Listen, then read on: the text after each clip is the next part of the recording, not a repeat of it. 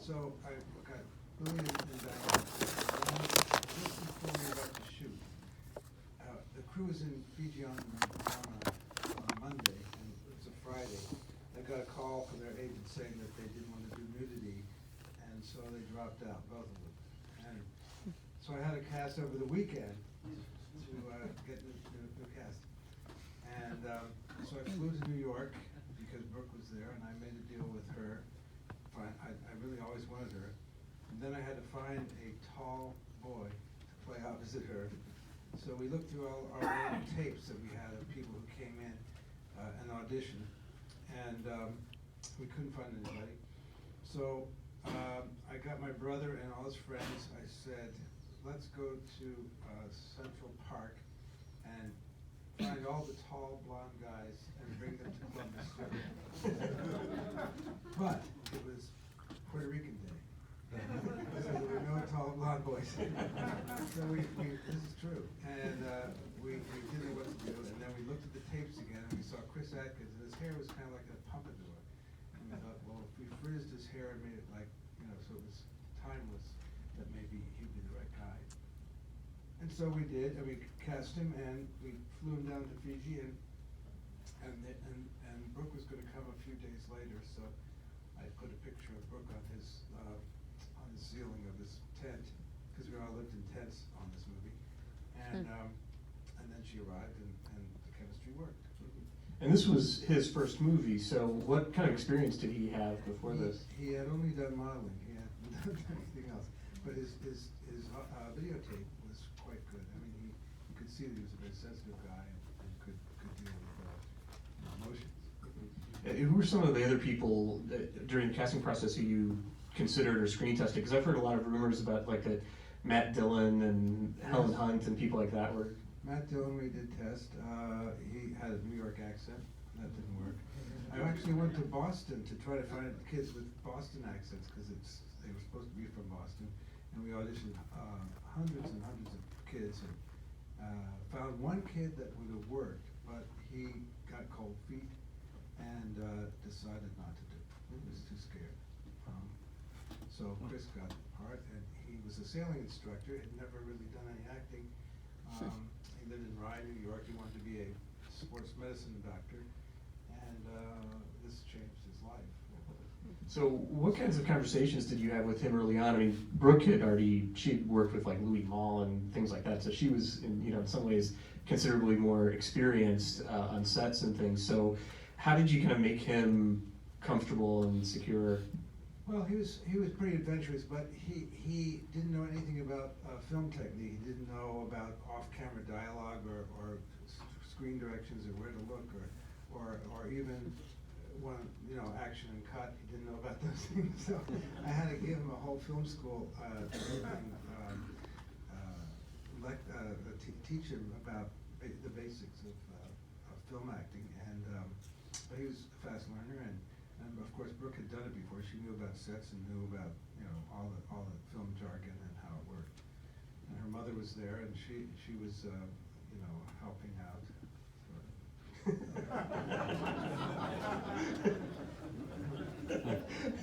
Is there more to that story? Well, that's a long story. Well, she was very hands-on, and one of the interesting things that I think is funny, actually, in the scene where Chris is masturbating on the rock, we filmed that scene, and Brooke afterwards came up and said, "What was he doing on the rock there?" Because she was 14. I said, "Well, go ask your mother." And is it true? I think I read somewhere that when Chris was doing that scene, you had to tell him not to do such. He was trying to make it look like he was enormously endowed. Yes, I've seen it. It's not that big. Well, you mentioned sleeping in the tents. I mean, what were the conditions like? Well, first of all, how did you find this location where you shot the movie? It's interesting because this island is where they filmed the first Blue Lagoon, and I really wanted to find that island because the little island off the cove was so cool looking, and I looked all over the place trying to find it, and finally I got in a seaplane and I flew all through the Osawa Islands, and I looked down, I saw this cove with a little island, and we landed the seaplane, and it turned out that there was a man, an American living on the island. He had bought the island. He was living there pretty much by himself, and so he said, "Can we come shoot on your island?" And he of course smelled money, and he made a deal, and so we were able to do it. And then we built like a city of tents. We built wooden platforms for all the crew, and we built a beret for the central area where we could all have meals and booze. And then we had like an outdoor drive-in kind of screen set up and a portable projector with the generator. So we would have weeklies, because they weren't dailies. They'd have to go out on the seaplane out to Australia and come back, and then we'd see them a week later.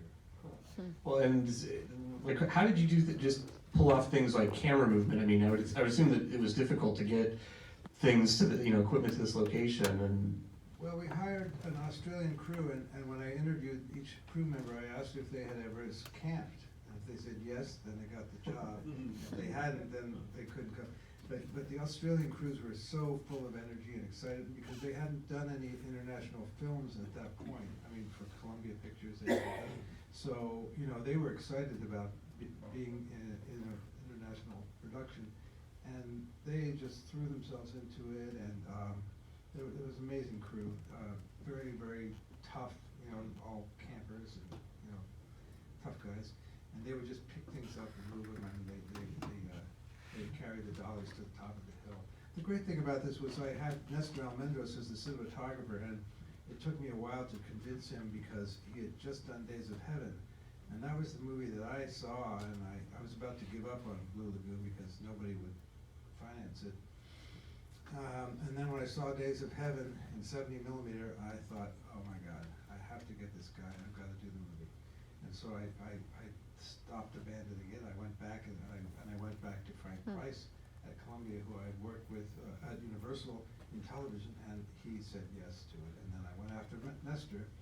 At first he didn't want to, he wasn't sure because it was too commercial for him. He'd only done movies with Louis Malle. With Truffaut and Romer, and he was a sort of more of an arty cameraman, very artistic, wonderful guy. He wrote a book, by the way, called A Man and a Camera, and each chapter he has each of his movies, and he talks about painters that influenced the look of each film. In our case, it was Paul Gauguin. So Nestor was quite a character, and so to try to talk him into it, I met with him, and he brought Barbet Schroeder to my house, and the two of them were there, and they asked me why I wanted to do it and how I was going to do it, and I convinced them, because he brought Barbet to make sure that I was cool. Barbet okayed me, and then Nestor said he'd do it. So I'm surprised to hear you say that you had so much trouble like raising money for it, because I would think that after like Grease and Boy in the Plastic Bubble and stuff, I would think you would be, kind of a hot director. Well, there was only two people in the movie, and they were saying nobody wants to watch a movie with just two people, and so nobody would go for it. I don't know. I mean, yeah, you'd think so, but it didn't work that way.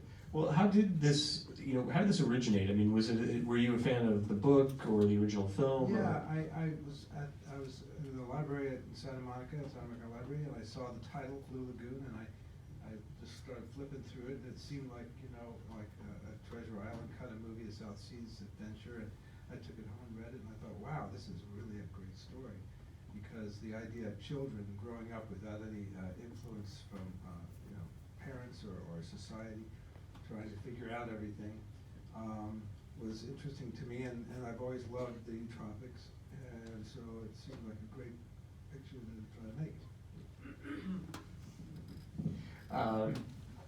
Well, I was wondering, another thing that occurred to me watching the movie tonight was just, it's so, Almendros' cinematography is so consistent throughout, and yet then, you look in the end credits and you've got like an underwater, you've got multiple units in this movie, and I'm wondering, like, how much, first of all, if you could talk a little bit about that. I mean, like, like I saw Ron and Valerie Taylor's name in the credits, they did like the underwater stuff in Jaws.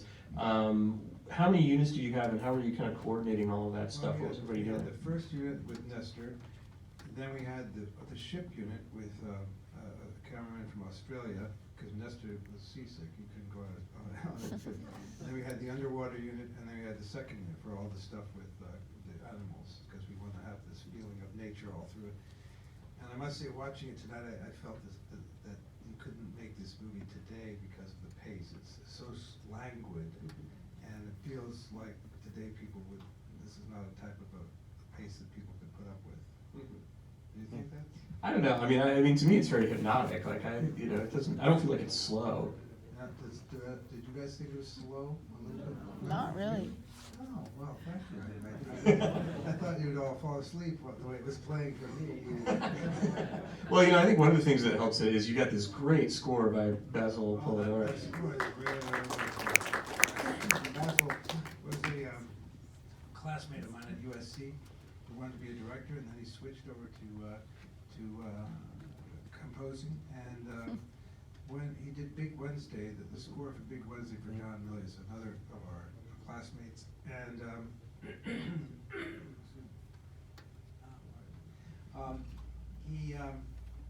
so I listened to the score of Big Wednesday, and I said, boy, this is the sound I want, something with water, because Basil was a sailor, and his music really resonated with water, and so I temp scored it with Big Wednesday, especially the title sequence. And then I said, Basil, write something like this. And I gave him the title sequence that had been cut to Big Wednesday's score, which is wonderful. And he wrote something just as good. It was wonderful. Loved it. Getting back to thinking about just all of the underwater photography and the location shooting, I'm curious how you schedule a movie like this, because I'm assuming that you probably were quite, dependent on weather and things like that.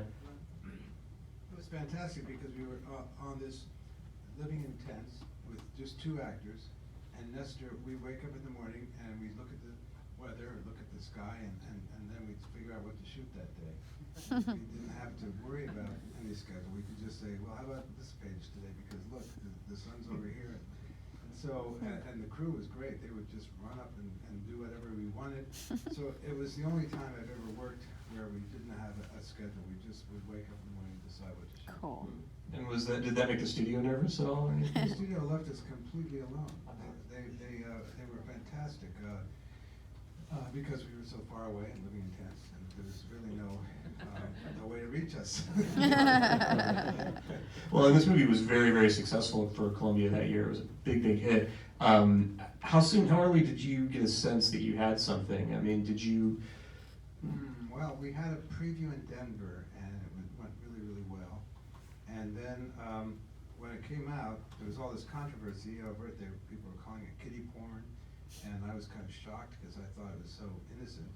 But a lot of people were up against it. So Frank Price, head of Columbia, took out an ad in the New York Times talking about how it's the story of natural love, and they had all these people from talking about how innocent it was, but the controversy, I guess, helped because there were lines around the block, and the Cinerama Dome had there's a big tower next to the Cinerama Dome, and there used to be a restaurant on the top, and I would go there and have dinner and watch the lines form around the block. That was so fun for the 8 o'clock show, and I'd eat dinner and then see the 10 o'clock show lining up. So that's when we knew that we were okay. Well, then, before I ask you a question or two about Summer Lovers to set that up, I'm also curious in Blue Lagoon, how did you, you talked about getting the cast together at the last minute. How did you cast the baby?